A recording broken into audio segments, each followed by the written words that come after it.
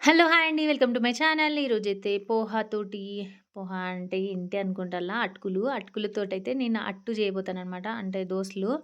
ఆహ్, వాటి కోసమైతే ఫస్ట్ మన అటుకులు తీసుకొని వాటిని ఇలా మిక్సీ పట్టుకొని దాంట్లో కొంచెం కొంచెం వాటర్ పోసుకుంటూ కొంచెం ఫాస్ట్‌గా పోసుకోవాలి. లేదంటే అవి ముద్దలు ముద్దలుగా వేరు వేరుగా అయిపోతాయన్నమాట. ఉండలు కట్టేస్తాయి. అందుకోసమని కొంచెం ఫాస్ట్‌గానైతే కలుపుకోవాలి.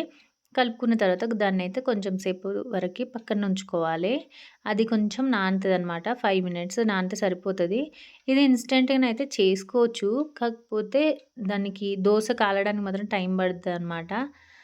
ఇంకా సండే అలా టైం ఉన్నప్పుడు చేసుకుంటేనే బెటర్ నాకు తెలిసి. ఎందుకంటే స్కూల్ టైంలో చేయాలంటే మనకు టైం సరిపోదు గదా!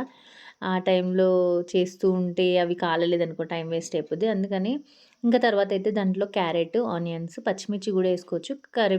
కొత్తిమీర గూడా ఏసుకోవచ్చు.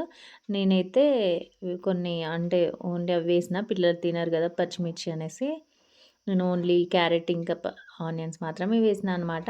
తర్వాతయితే ఉప్పు, కారం, కొంచెం మసాలా. ఏ మసాలా అంటే సాంబార్ మసాలా అయినా ఏసుకోవచ్చు. లేదంటే మనం కర్రీస్‌లలో వాడతాం గదా! అలాంటి మసాలా అయినా ఏసుకోవచ్చనమాట. అంటే కిచెన్ కింగ్ మసాలా అని ఉంటది గదా! అదన్నా ఏసుకోవచ్చు. అటుకులతోటి ఎప్పుడు మనం ఒకటేలాగా చేసుకుంటాం గదా! అలా కాకుండా ఇలా చాలా టేస్టీగా ఉంటది. నేను మర్చిపోయినా దీంట్లో బియ్యం పిండి గూడా ఏసుకోవాలి. మీరు బియ్యం పిండి ఎయలేదంటే అట్టు మాత్రం రాదనమాట. అంటే పేనం కతుక్కుపోతది. కంపల్సరీగా బియ్యం పిండి ఏసుకోండి. కొంచెం ఏసుకుంటే సరిపోతది. అంత ఎక్కువ అవసరం లేదు.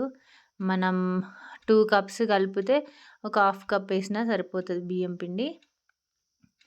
ఇంకా తర్వాత ఇలా అట్టేసుకోవడమే నూనె పోసి పాన్ మీద. దూరం దూరం విడివిడిగా ఏసుకోవాలనమాట.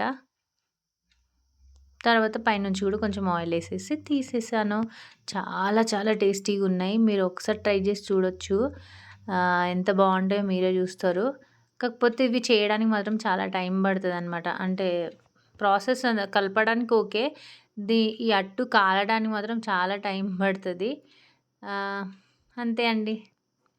వీడియో నచ్చినట్టయితే లైక్, షేర్, సబ్స్క్రైబ్.